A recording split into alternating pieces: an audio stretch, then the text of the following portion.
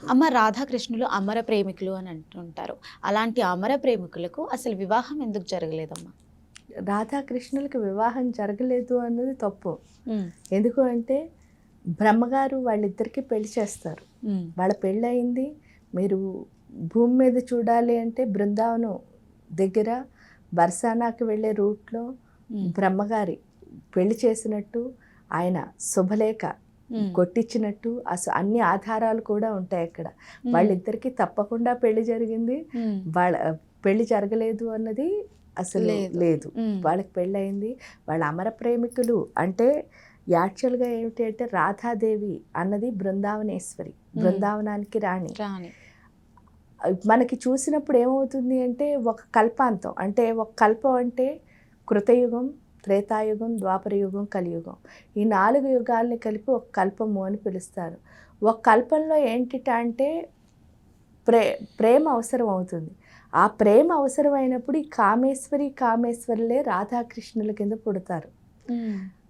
మనకేంటంటే ఆ ప్రేమని పంచుతూ ఉంటారు. వాళ్ళ తత్వమే ప్రేమ.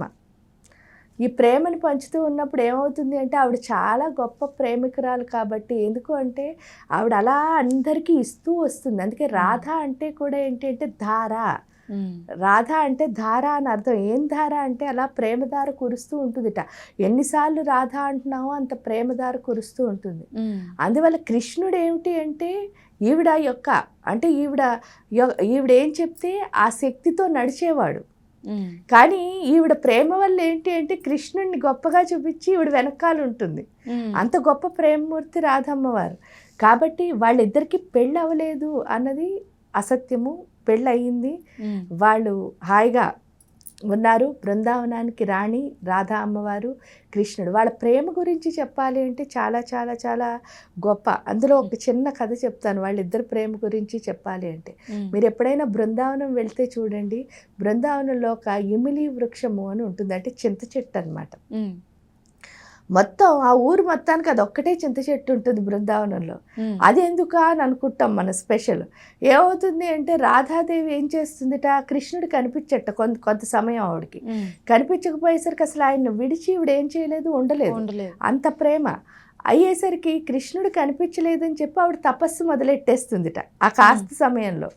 తపస్సు మొదలెట్టేసరికి కృష్ణ కృష్ణ కృష్ణ అని తపస్సు చేస్తూ ఉంటే ఏమవుతుంది అంటే ఈవిడ చాలా బంగారు వర్ణంలో ఉంటుంది ఈవిడ శరీరం.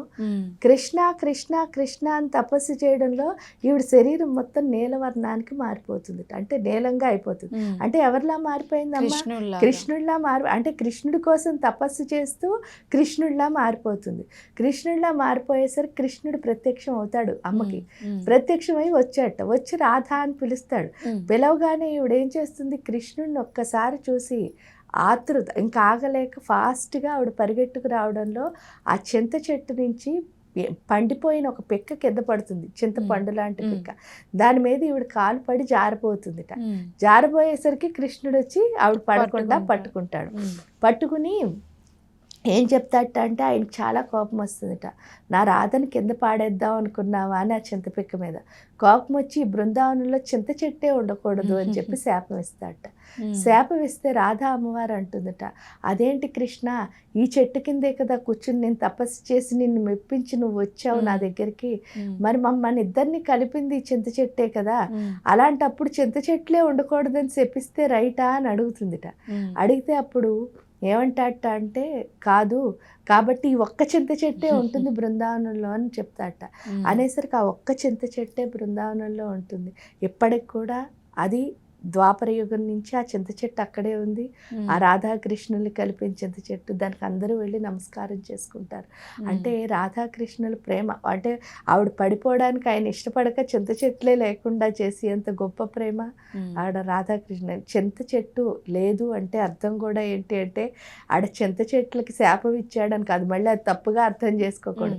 చింత అంటే ఏంటి అంటే మనలో ఉన్న చింతలు అంటే ఏంటి, మనలో ఉన్న బాధలు ఆ బాధలనే ఆలోచనలు ఏవైతే ఉన్నాయో ఆ మొత్తం ఆలోచనలన్నీ ఎక్కడ పోతాయో అదే బృందావనం.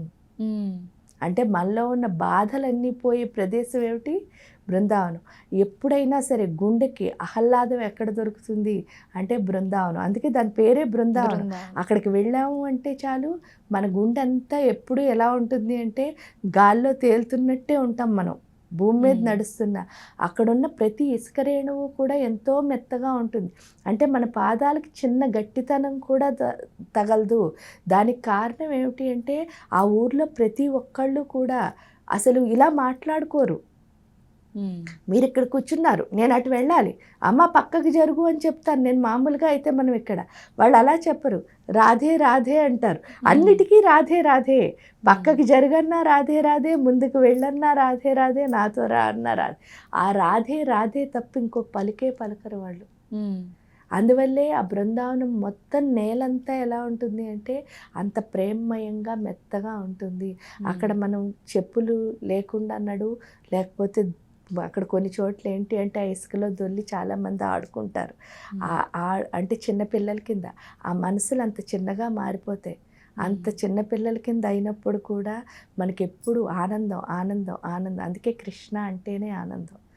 ఎందువల్ల అంటే మన గుండెల్లో ఉంటారు రాధాకృష్ణులు. మామూలుగా అంటే అనాహత చక్రంలో కృష్ణుడు రాధా ఉంటారు.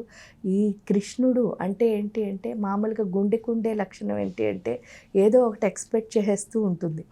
ఇక్కడ కృష్ణుడు ఏం చేస్తాడు అంటే ఆశించే లక్షణాన్ని తీసుకెళ్ళి అనుభవంలో కలుపుతాడు.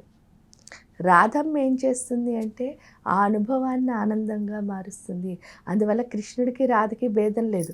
ఎందుకో చెప్పనా, ఆశించే లక్షణం తీసి అనుభవం అంటే ఎవరు అంటే రాధ. తల్లి ఎప్పుడూ అనుభవమే కదా, ఫీలింగే కదా మనకి. ఎప్పుడైతే ఆ ఫీలింగ్ ఏం చేస్తుంది అంటే ఆనందం. కృష్ణ అంటే ఆనందం అని అర్థం. ఎప్పుడైతే ప్రేమ అనే అనుభవాన్ని పొందామో కృష్ణ అనే ఆనందంలో కలిసిపోతాం. అదే వాళ్ళిద్దరు ప్రేమకి చిహ్నం. కాబట్టి వాళ్ళని కొలిస్తే వాళ్ళిద్దరూ అమర ప్రేమికులు కాదు. వాళ్ళని కొలిస్తే మన గుండె కూడా అంతే ప్రేమమయం అయిపోతుంది. అలా అయ్యేటట్టు చేసేవాళ్ళే రాధాకృష్ణులు.